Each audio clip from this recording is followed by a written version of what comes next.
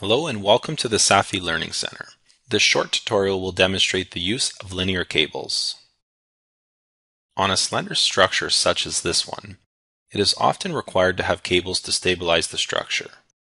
Let's run the analysis before adding any cables. We can see that the displacement seems to be very high. Now, we are looking at some combinations including some wind along the X direction. So, we get some torsion on the structure and displacements are important. Even if I am looking at the P-delta analysis, the displacements would be even higher than we had before. So, let's say that we can conclude that cables are required. Let's go ahead and add some cables to this structure. I will come here and extrude the top points to create cables from this location.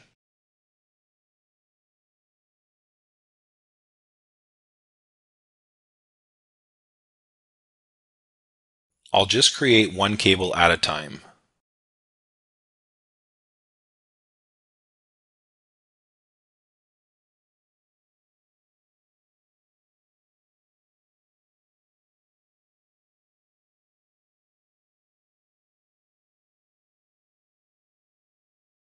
Now the 4 cables are created, let's add some support.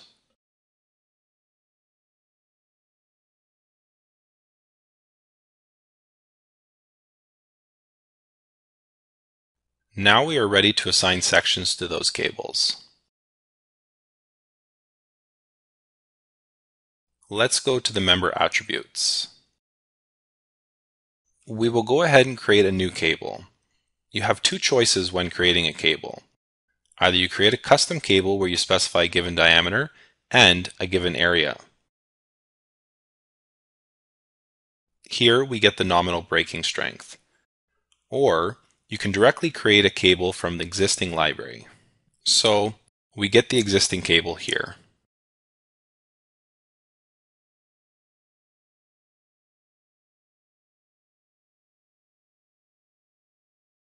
We will assign the cable section to the members. A cable has extra parameters that can be adjusted on every member. We have to edit this button here to specify additional information for the cable. You have 2 main options. In this example, we will show how to create a linear cable. In the next video, we will look at catenary cables, which will absolutely require a nonlinear analysis. The linear cable is simpler, and the catenary cable is more realistic. Let's have a quick look at the nonlinear cable. A nonlinear cable like this one could have a pretension of 1 kips here at the top point. If I'm switching back to linear, I will directly have the equivalent input corresponding to that force. So, I'll use here a linear cable having just a little more than 4200 psi as an initial stress before any displacement of the structure occurs. As the cables are new members, and there's some wind with different wind directions on this example, we will have to add the wind also to this cable. So, let's just add the wind the same way it was done before for this example for the other members.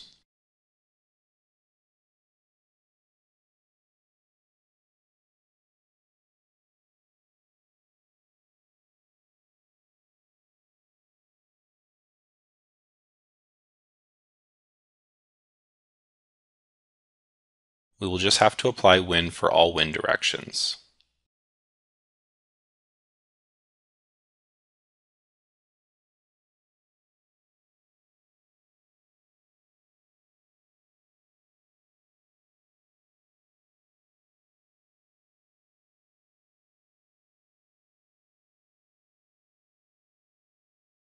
Now we are ready to see the difference between the previous one and this one. We can run the P-delta analysis. Let's run it as it is now. So let's have a look at the structure deformation. Now we can see it's much less than before. There's something that we can note. Those red points here at the center of the cable mean that these cables have been inactivated. Because it is a linear cable, it acts as a regular member. However, when it is compressed, the member is inactivated. Since the wind is coming from the left, those two cables are in compression, so they have been inactivated. We can confirm that by looking at the internal member forces. So, we have an initial stress of 1 kips before adding any load. Once the load is there, we would expect to have an extra force in that given combination, so we get even more force in those left cables. So, more than 1 kips.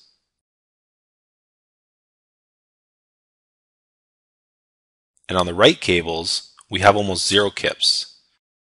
This confirms this cable has been inactivated.